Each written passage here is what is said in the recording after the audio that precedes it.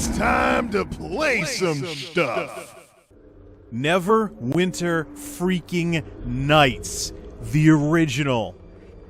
I hope you folks appreciate what I'm doing here, because it took quite a bit of effort to get this old game working. It's too old for NVIDIA Shadowplay, so I had to go back to Fraps. But I'm guessing the increased CPU usage from a software capture type something or another will not be an issue, because it's Neverwinter Nights from the early 2000s. My original online RPG, so to speak, in terms of time spent playing and things like that. I first started playing this game after finally starting to play Morrowind a little bit less towards the end. Actually, no, after college. Finally decided to check out. When I originally got Morrowind, I said I was either going to get Morrowind or I was going to get Neverwinter Nights. And I decided to get Morrowind, and then later on I was like, oh, let's play the other game. And it was this other game, so to speak, that I had seen on Tech TV and other gaming shows, tech shows, etc., that introduced me to what was going on in the day and age of the heyday of the first generation MMOs. So here on this episode of MMO Generations 2015, as part of Play Some Stuff, we're going to be talking about first-generation MMOs and not running around in circles in a starter area like this. So let's get to work here. Now, this module that I'm running, there isn't much left in Neverwinter Nights that still works. If you want to play online servers, you have to direct IP into them, because the multiplayer access page, console, whatever, the multiplayer service, matchmaking, whatever, has actually been shut down because of the issues with GameSpy and stuff like that. Sorry, I'm just trying to listen to some of this music here. It's very nostalgic, because the Persistent World roleplay server that I used to play on back in the day, World of Haven X, had the exact same music in its entry into the world scene. That's usually how these things began. You had some outside of the game type place, and you go in and enter the world this way. So, and of course, this module is no exception to that old design idea. This is the world of Run, I think it's Run or something like that. It's either, I think it's Run. We're just going to call it that. World of Run. Yeah, that's kind of in the middle between Run and Rune. But World of Run is basically a downloadable persistent world module that is kind of built in a similar manner to the World of Haven X and other stuff that I used to play back in the day. So let's quit running around in this technically not in the world part of the world and go into the world here. Now, Neverwinter Nights, let's go to the docks. Oh yes. Bring it on. Bring on the nostalgia. Now, the reason why I'm playing Neverwinter Nights to talk about first-generation MMOs. Etum, is that mute spelled backwards or something? I don't know. Anyways, oh yeah, this looks a little more familiar. So, the reason why I'm specifically playing Neverwinter Nights, look at this horrible draw distance, instead of a first-gen MMO like EverQuest, which is actually free-to-play right now, is this is where my experience was with first-gen MMOs. Persistent worlds that looked very similar to this one, and you'd play Neverwinter Nights in a world with maybe up to 40 people online at the same time, but a lot of people crowded together, so you did have a bit of an MMO-like experience, and you had to role-play and stuff like that. The kicker here, though, is that the DMs that ran these servers that I was involved with at the time, just trying to find a way out of town, and this is not the way out of town. The DMs that were running... This is inside the city walls. Okay, wrong way. Let's just go back out here. So... The DMs that were running these servers at the time were heavily influenced by games like EverQuest. Now, when it comes to first-generation MMOs, what makes them first-generation is that the MMO genre wasn't really mainstream back then. It was kind of a niche-type thing. And the big thing with the early MMOs was that there was already a very strong single-player... Well, there is a map that I can use. There already was a very strong single-player RPG-type place out there. Basically, oh, we can use the signs, too. Oh, they're street signs. I think we have to go through town in order to get out of here. This might get a little boring because I'm just running. So, that'll be a good time to give the backstory to all of this. So, basically, early MMOs had to differentiate themselves because there were actually some RPGs at the time. There were plenty of single-player RPGs. So the question remained, what exactly do you do in order to differentiate this genre from another, or from the rest of the RPGs? And the big thing that people were looking for at the time was lots of people online at the same time, basically creating this world via their interactions with stuff in the game and with one another that you couldn't do with AI in a single-player game. Because of this, the first-generation MMOs were basically... Okay, I think I'm going to have to do a jump cut because I'm lost in the city. I want to get somewhere where there'll be actual fighting and not just running around castles and stuff like that. But the first-generation MMOs had to differentiate themselves from the from everything else, from the other RPGs that were out there. So the way to do that back in those days was to really drive home the whole interaction with other people. I think I might know where I'm going. I'm trying to get... Oh, the North District. I think once we get out of town, then we'll be able to actually fight something. But yeah, this is getting a little dull, so let's see if we can find... Let's bring up the map and see if we can find... Oh, wait, yeah. That looks promising.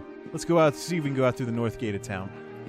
So the early MMOs focused heavily and very heavily on player interaction, and I argue... Oh yeah, I know where I'm going now. And I argue to their detriment. It wasn't uncommon in the early first-gen MMOs for there to be too much grinding, because a lot of the content was fostered by people interacting with one another. So a lot of it focused on teaming up. People would team up together, and they'd team up and do stuff together, and as a consequence of that, it was hard to solo if you were the wrong class. This is one of the things that World of Warcraft sought to rectify, was that there were games out there where, depending on what you rolled as, you might not be able to solo effectively, or you might not be able to solo to max level. And that was a big thing. The early game, to differentiate themselves from the single-player RPGs, the MMOs focused so much on players doing stuff with one another. Yay, we're out of town. They focused so much on players doing stuff together that they kind of went a little overboard. And it was very hard, actually, to do anything if you were the wrong class, so to speak. You couldn't really solo very much. So that caused some issues.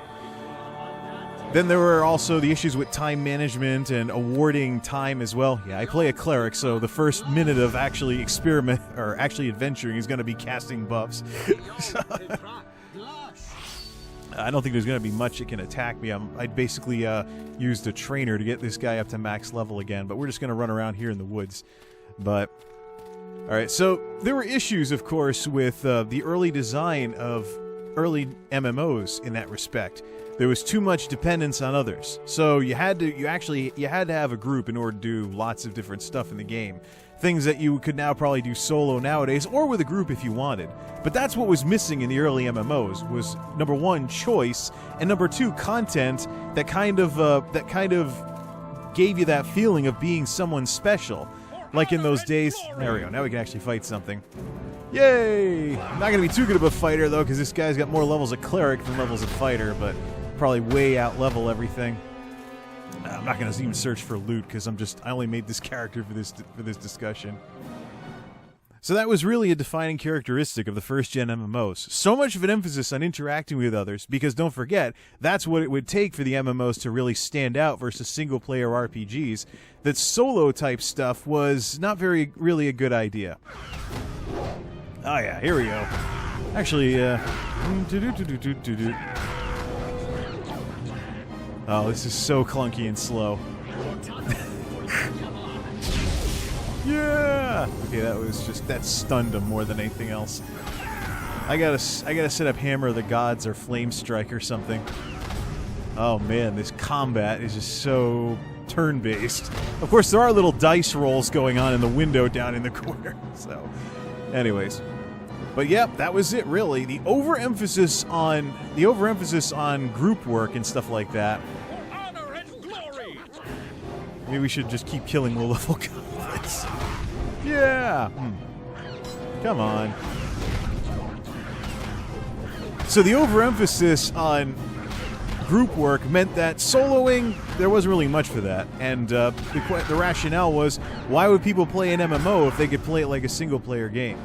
And so, a lot of times, the solo play was exactly what you're seeing here. Grinding. Grinding your way through to certain levels because you want to see what it was like to be high level in the game. things along those lines. And my experience with the Persistent World servers was exactly that.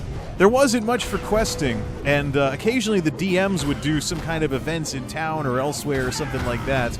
But for the most part, just like the first-gen MMOs, a lot of the content in the game came from your interactions with others, and then when there weren't a lot of people on the server, it would be mindless grinding. Like, we called it hunting, and we RP'd that we were out trying to smite evil monsters or something, but what was really going on was we were just bored, and we were just kind of wandering around the world, seeing what was where, and fighting whatever fought us, and hoping we'd survive. Now, the server that I was playing on at the time had plenty of places to explore. There were undead catacombs, there were forests, there were castles, ancient ruins. The folks who built the mod that we were playing on the Persistent World server did a very good job of having there be plenty of places to go. But as far as stuff to do goes, we'd often talk about hunting goblins, then hunting werewolves, then hunting bugbears, then hunting undeads. Which basically meant we'd grind. Leveling was slow. Getting gold in the game to buy better weapons was slow. Upgrades were hard to come by. They even shut off certain spells or certain abilities like Devastating Critical because it was a one-shot deal. It didn't work with story events or PvP or something like that.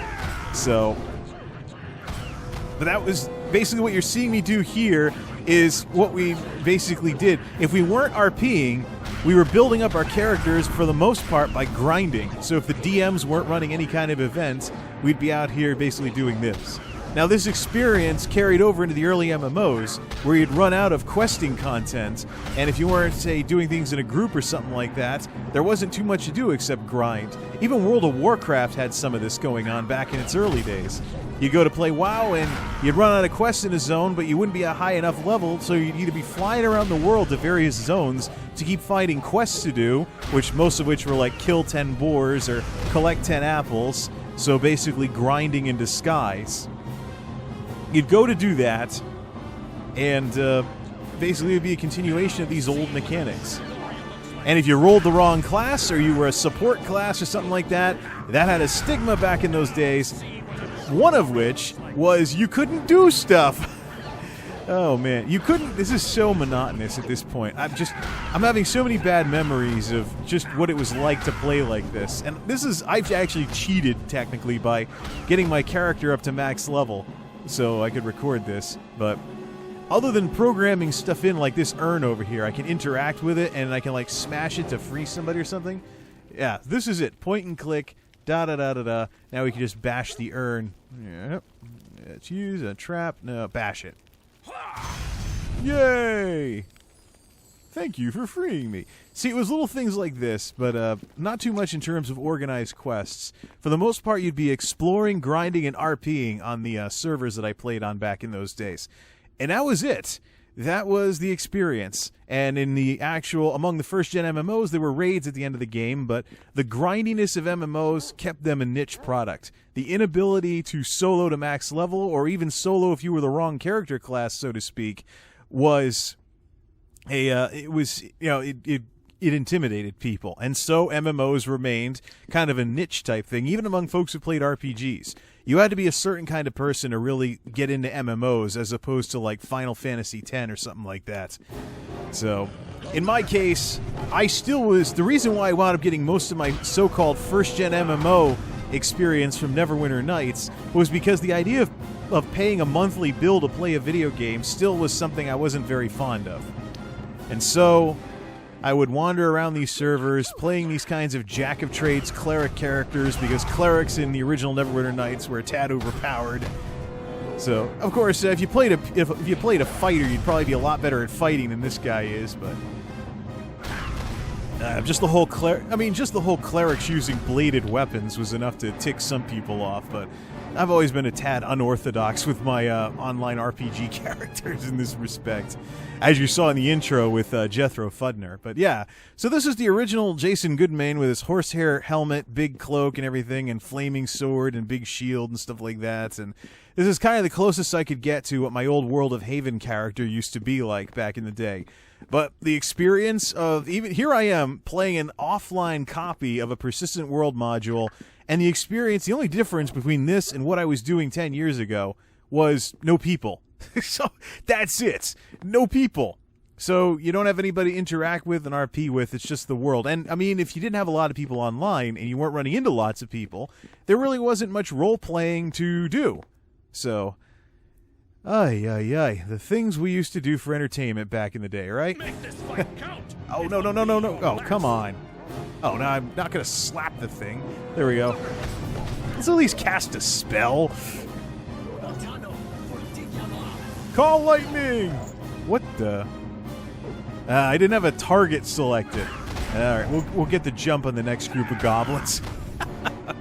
There's no jumping in the game either, and unless you were a monk or somebody with a speed boost or something like that, yeah, this was what it was like to play this game. Alright, oh shoot, alright.